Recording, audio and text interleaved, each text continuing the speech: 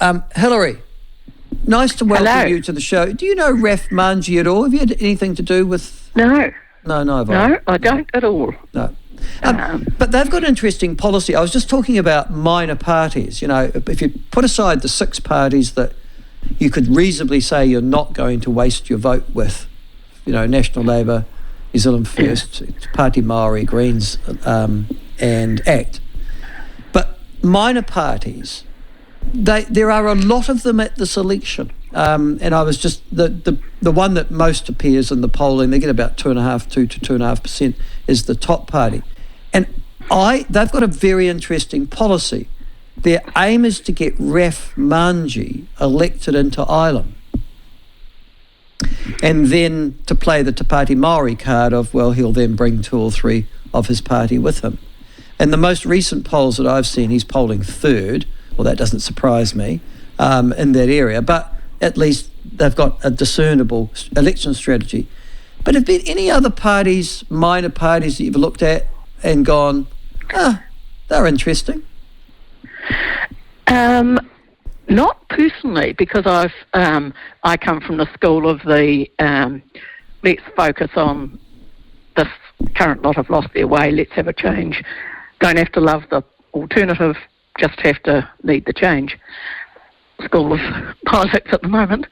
But if you think that whoever's going to get in is going to get in comfortably, then it gives you the ability potentially to use your vote, not so much wasting it, because in some ways voting for somebody who's going to get in anyway is wasting it, but to give somebody who you approve of the policies of a bit of encouragement.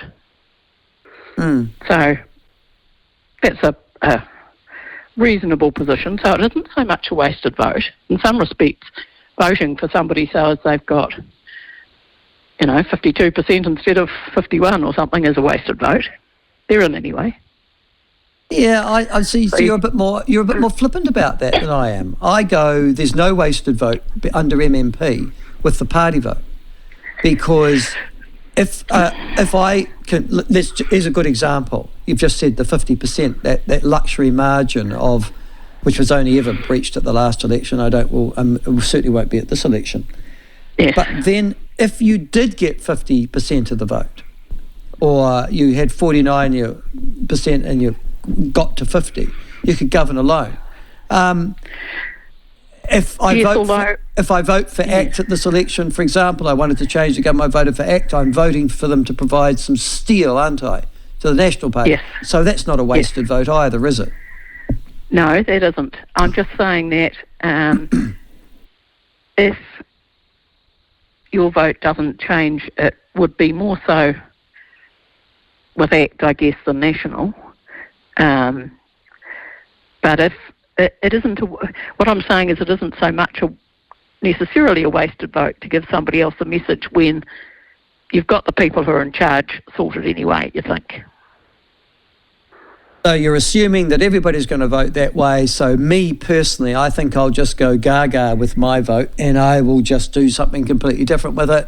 No, I'm not saying go gaga. What I'm saying is that you might like the policies of one of the minor parties that isn't over the threshold, and you want to encourage them. So next time they'll still stand again. They might be to develop and stand again and get into Parliament. They won't probably this time, but you want to say to them, hey, I can see where you're coming from. So in other words, if I think... just add it to the pile. I got you. So if I think this election is done and dusted, there is going to be a change of government, it's going to look like a national act, going to be in charge, then I can take my vote that I normally would have spent upon that and go, right, this little party over here, you can have my vote because the election is done and dusted. Yeah. So I'm not saying I'm saying that's not an irrational thing to do. You're not going to do it. It's not a wasted. You're not going to do it though. I'm not going to, no. No, I don't know too many people who are. People who do just what I do aren't the only rational people on the planet. I mean, they're clearly rational, but they're not the only rational ones. There's an anti lot, though, isn't there? Like, there are a group of people out there, and forgive me if you're one of them, not you, but our listeners, or some of our listeners, who are going to vote this year knowing that their party won't get there, but this is their sort of protest. So I'm thinking the Freedom New Zealand Coalition, Brian Tamaki and Sue Gray's lot. There's another party out there which I've just discovered called New Zealand Loyal, which is... yes, I just saw something in the street, poster from them, whoever they are. Oh, whoa. You know, seriously, you want conspiracy theory. You go there. I must introduce you to them a little bit later on. Then there's Democracy New Zealand, which is Matt King's lot, the former National Party MP for Northland. Actually, who else? Oh, the Cannabis Party. Is the band 1080 Party out there again, or have they joined the Freedom New Zealand? Oh, I don't think they have, actually. I don't know. But what we started talking about was TOP. Yes. And TOP has some policies that attract people. What are they? What policies do you think? I don't know. But apparently they're quite... I'm not the people they attract. But I think they have... some, I mean, clearly 3 or 4% of them quite often, or 2 or 3%, think they're worth something. Well, actually, one of their policies, can I tell you, is quite interesting, apropos the preview today, and that is that you don't start paying tax until you've earned over $15,000. Yeah, well, I can see how that could be an attractive policy to people. Well, they cost the income. They cost that at $6 billion a year to deliver. But they will switch from going from income tax to something called a land value tax. You'd be interested in this. Yeah. So they're going to tax you 0.75% of the value of urban residential land paid annually. Yeah, no.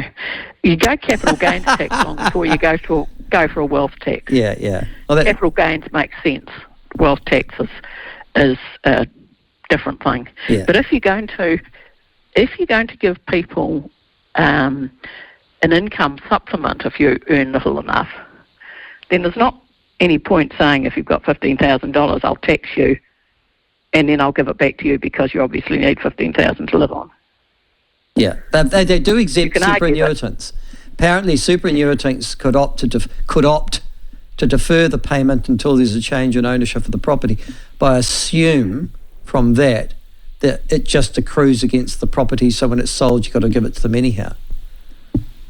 But yeah, I think we just need to get back to focusing on. Yeah, but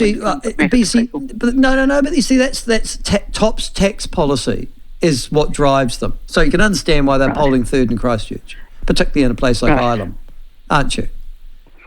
Yes.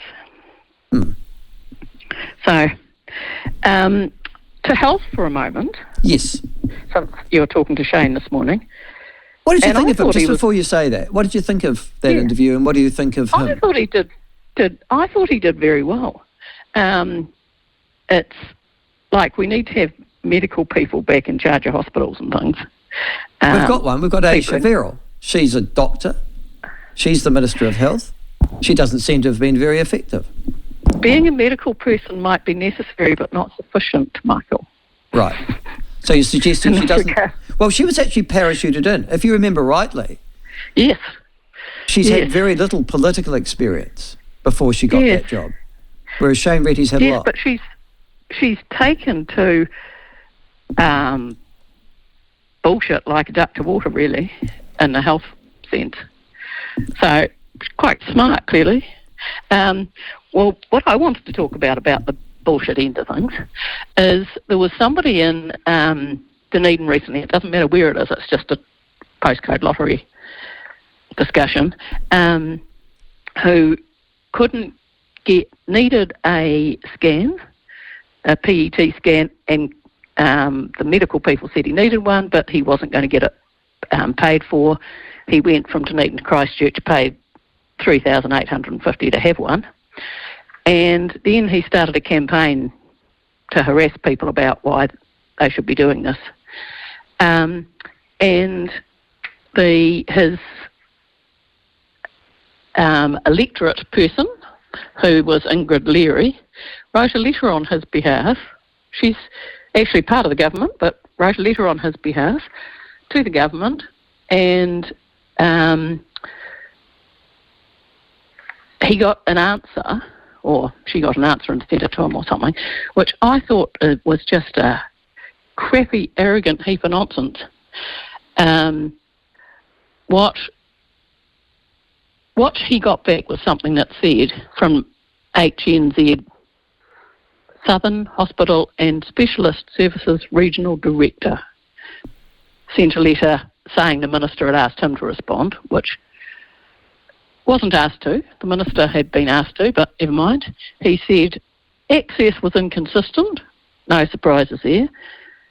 Currently the majority of the men in Northern and Central are receiving them for free, but it wasn't publicly provided in the South Island. Yeah, so that's what the man had already... Yeah, that's right. That's why he wrote the letter. Out. Yes, that's right. Yeah. And then it said they would work with the Cancer Control Agency, which was assessing the benefits and costs of expanding access to scans. Well, we know the benefits because we're giving them for free in other places. And where people live should not determine the quality of services they received, he said. Progress is being made. However, it's important to know that change will take some time.